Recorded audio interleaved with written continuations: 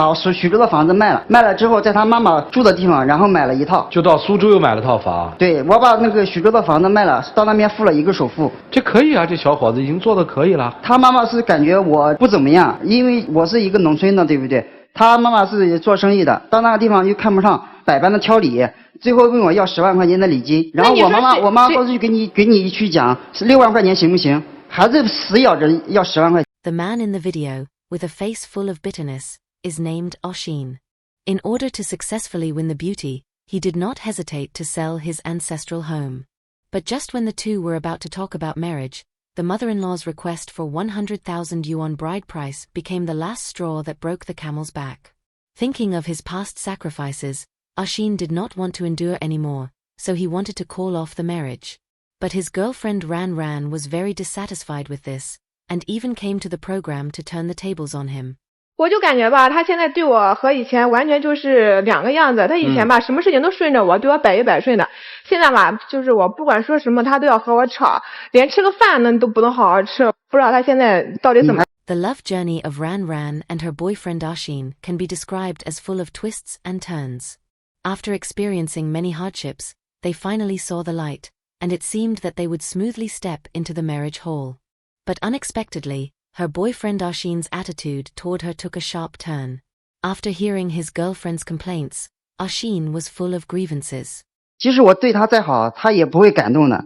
为了他，我连徐州的房子然后都卖了。带他去见我家长的时候，我妈妈告诉他，我们准备了一套新房，只不过是2手房。然后他妈妈不同意。你还好意思说那房又小就能住吗？我从小在家住的什么样的房子？小也不至于不能住吧？不，而且我在徐州那时候工作已经很不错了呀。而且我走的时候，是不是我们经理已经提议答应给我加薪了呀？ Oshin resigned from a high-paying job and left his hometown for his girlfriend, but Ran Ran turned a blind eye to his sacrifices, and even sneered at the wedding house he had carefully prepared. This deeply hurt him. The host saw the two quarreling and quickly spoke up to smooth things over. 你们俩要结婚，准备在哪儿结婚？我打算是在徐州结婚的。他呢？他打算在苏州结婚。就是我妈妈感觉那个徐州那边本来发展就不如苏州快，然后呢那个房子也苏南苏北啊，对，又小又旧。他们我从小就是家里独生女嘛，他们肯定也不想我嫁那么远，到那边去受苦，所以呢就想让他把那个徐州的房子卖了，在苏州再重新买一套。The two had different opinions about the choice of the wedding location, and it was obvious that they had not reached a consensus. After hearing his girlfriend's words, Oshin held back his sadness and expressed his pain. 你是独生独女，那我呢？我妈就我一个儿子，在徐州养儿防老。我呢，到最后是给你妈妈去养儿防老去了。As the saying goes, raising sons is for support in old age. In Oshin's view, his parents raised him when he was young, and he should support them when they are old. But his girlfriend wanted him to leave his hometown, which meant he couldn't fulfill his filial duty to his parents, so his heart was full of contradictions and sadness. But in the end, he still made a choice. 到最后还是迁就了你呀，把徐州的房子卖了，卖了之后在他妈妈住的地方，然后买了一套，就到苏州又买了套房。对，我把那个徐州的房子卖了，到那边付了一个首付。Thinking about the twists and turns in his relationship with his girlfriend, Oshin compromised for her. But his compromise did not warm his girlfriend's heart, instead it led to even more excessive demands from her family. 他妈妈是感觉我不怎么样，因为我是一个农村的，对不对？他妈妈是做生意的，到那个地方又看不上，百般的挑理，最后问我要10万块钱的礼金。然后我妈过去给你去讲是6万块钱行不行？还是死咬着要10万块钱。我把你那边的房子买了，然后再准备10万块钱的礼金，这已经是我们全部的积蓄了。It is well known that the bride price is a guarantee in marriage. To be honest, 100,000 yuan is not much, but in order to marry his girlfriend smoothly, Oshin had already given everything and could not take out another penny. But his girlfriend's family still insisted on 100,000 yuan without letting go, which left Oshin physically and mentally exhausted. Then another revelation from Oshin made everyone furious.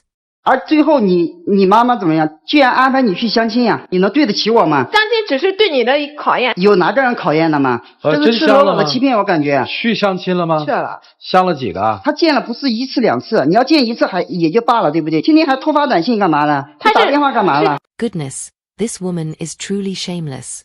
Just because her boyfriend could not come up with 100,000 yuan bride price, she ignored their years of relationship and all the efforts her boyfriend had made to marry her, and went on blind dates behind his back, keeping ambiguous contact with those men. After being exposed, she still argued that it was just a test. This kind of thinking is really bizarre. Normally, if she wanted to punish her boyfriend, at most she could pretend to be angry. But like Ran, actually keeping frequent contact with her blind date partners, that really went too far. So why did Ran do this? 然后到后来就是普通朋友嘛，又约出去吃过几次饭。这是你自愿的吧？对，我当时就想报复一下他。Ran's explanation was utterly weak. She relied on her boyfriend's repeated compromises to do whatever she wanted, keeping ambiguous relations with her blind date partners but still arguing back. Such behavior was truly shameless. At this time, Oshin looked at his domineering girlfriend and was not willing to back down, speaking out. 我对你还不够百依百顺吗？你说怎么样，在哪地方住，我就在哪地方住。我妈就我一个儿子，你知道以前买那个房子是多么不容易吧？那你对我好难道不应该吗？你说我们家什么条件，你们家什么条件？ Men and women are equal in love. A relationship requires both parties to maintain it together. But although Oshin compromised again and again in this relationship, his girlfriend Ran was still not satisfied, and between the lines always looked down on his rural background. When the host heard this, he could not help but speak out for Oshin. 你家什么条件？你姑娘，你跟我说说。我父母嘛，反正就是经商的，做那个服装生意的。这怎么着吧？家庭条件肯定比他家好很多。好多少？好很多。你们家房子多大？200多。苏州什么地方啊？苏州市中心呀。哦，市中心200多的房子。嗯。就嘚瑟了？不是说我嘚瑟，我是和他可不是嘚瑟吗？我和他相比，我是要比他好很多嘛。你比他好了，你干嘛爱他呢？我图的就是他对我的好呀。那他现在对我不好了，我就接受不了。哦，明白了，他只要对你好就行是吧？对。那就10万块钱免了，房子你装修呗。凭什么呀？不是，你要的是他对你好，不是他的钱。那谁家嫁女儿自己还装修房子？你这不是嫁女儿，真的不是。From their conversation, it is not hard to see that Ran always carried a sense of superiority in front of her boyfriend Oshin. 那男生怎么没相上你啊？不是，我当初就没有这个意愿，就只是想。人家有意愿吗？有啊。你没看上？我没看上。还是人家没看上你？我没看上他。说实话，我没看上他。为啥？因为我心里有他嘛。哦，你心里还有他是吧？对啊。那就好办了。Under the host's repeated questioning, Ran finally revealed her true self. It turned out that the reason she stayed with her boyfriend Oshin was simply because she enjoyed the way he treated her well. But when Oshin heard this, he could not accept it, and directly questioned his girlfriend.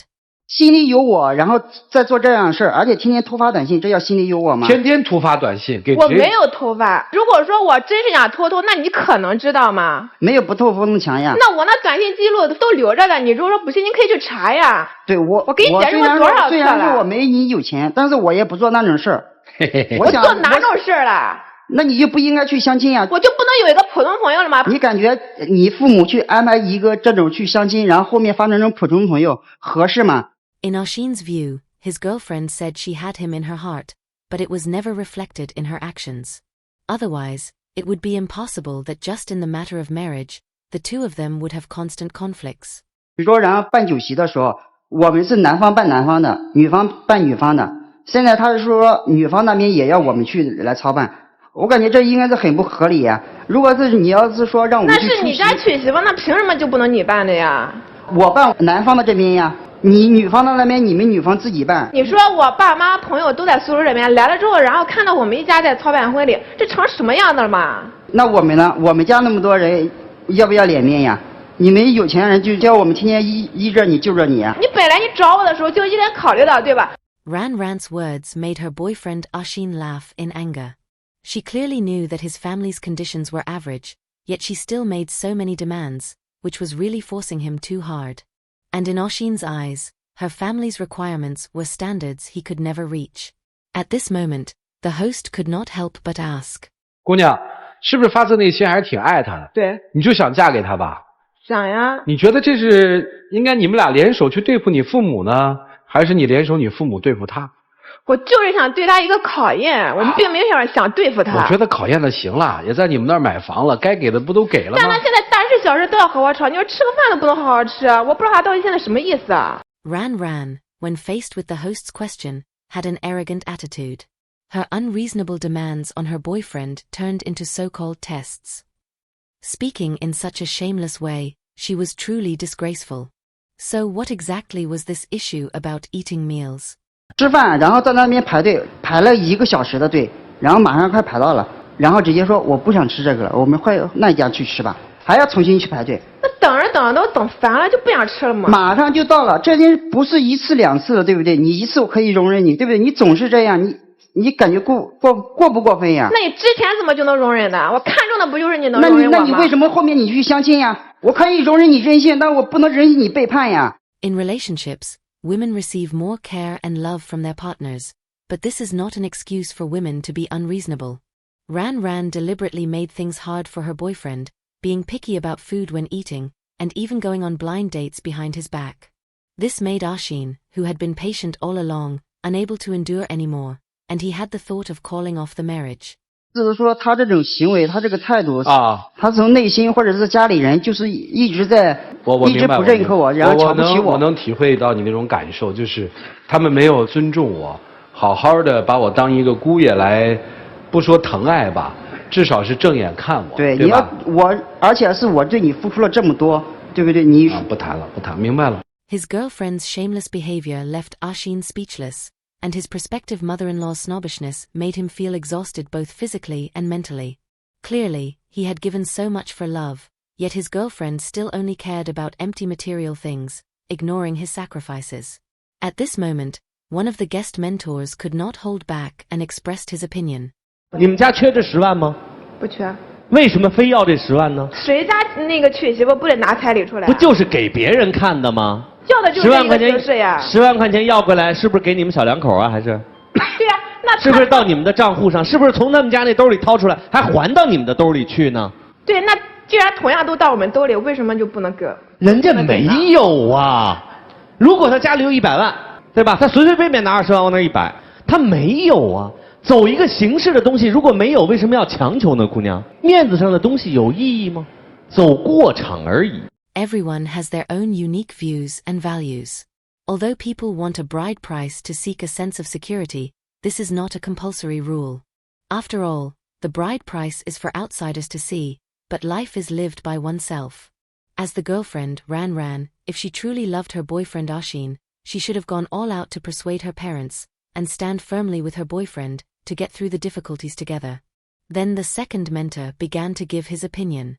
相亲就是精神上的背叛，不敢说你产生了心里的那些小小的心动到底有还是没有，我个人觉得一定是有，虽然没有实质的行为，如果没有，你怎么可能跟这个相亲对象就继续吃饭呢？他肯定是某些条件不如这个男孩，我觉得最大的不如就是没这个男孩踏实安分，让你放心。所以好吧，挺不错的条件，成为一个朋友吧。如果你真的心里有他，你会全心为他着想，当你父母说我给你安排相亲吧，你肯定是不去的。所以你对他的这个心啊，这个爱啊，真是少那么一点点，还真没经得起考验。这次在考验面前失败的不是他，恰恰是你。所以不见你们马上走在一起。The bride price is just a formality and a process. In life, what really matters is to understand this truth. The second mentor advised Ran to break away from worldly conventions, to bravely discard the gaze of the public, and live the life she truly wanted, instead of clinging tightly to 100,000 yuan of bride price. And finally, the last mentor also expressed the same opinion, and he also did not recommend that the two of them be together. 我压根儿不支持你们俩在一起，因为有非常严重的问题。女生满脸就写着一句话：我压根儿跟你不是同一个品种。但我必须非常真诚地告诉你，无论是从你的长相、身材、举止、修养，你都不是绝代佳人，一点也值不得骄傲。我现在就问你一个非常简单的问题：都是人，你说在这个世界上，有哪种人是只愿意付出而不想得到关爱和心疼的呢？ Perhaps before, Ran never realized the problems within herself. In front of her poor boyfriend, she always unconsciously carried a sense of superiority, demanding his unconditional obedience.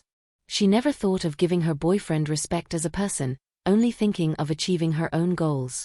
一切的忍耐都指望报答，一切的牺牲其实都富有条件，不过是今天的这个报答和富有条件已经退居到了最低层的要求，那就是请你尊重我。我说到的就是这个问题，你不懂尊重。他口口声声说我不是要你那点钱，我只是想考验考验你，你哪里是考验他？你无非是想向外界证明你是只天鹅，他是只水鸭。你们看看我是多么的下嫁给了他，他还不听我的话，你不就想说明这点吗？如果一个人认为自己可以标上一个价格，他本身就已经一文不值，是你自己把你们之间所谓的爱情画上了一个价钱的等号。男方的要求真的很低，就是请你尊重我，但你一直没有意识到这一点，你还始终是在拖着别人的下巴往上看。我都嫁给你这样的人了，难道你还不服从我？ After listening to the mentor's advice and opinions, the two of them expressed their true feelings to each other. 不管我们以后能不能在一起，反正希望你有所改变嘛。我也知道你可能不是这种人，在座的老师可能也有所严重了，但是希望你后面的好好的生活吧。我们相处这么段时间，有泪水，有笑容，但是最大的还是伤心。希望以后好好生活吧。After hearing her boyfriend's words, Ran Ran's tone softened quite a bit, but in reality, a person's views and values are very hard to change in a short time. In the end, both of them shed tears. After careful thought, Oshin chose to let go, to seek his own happiness.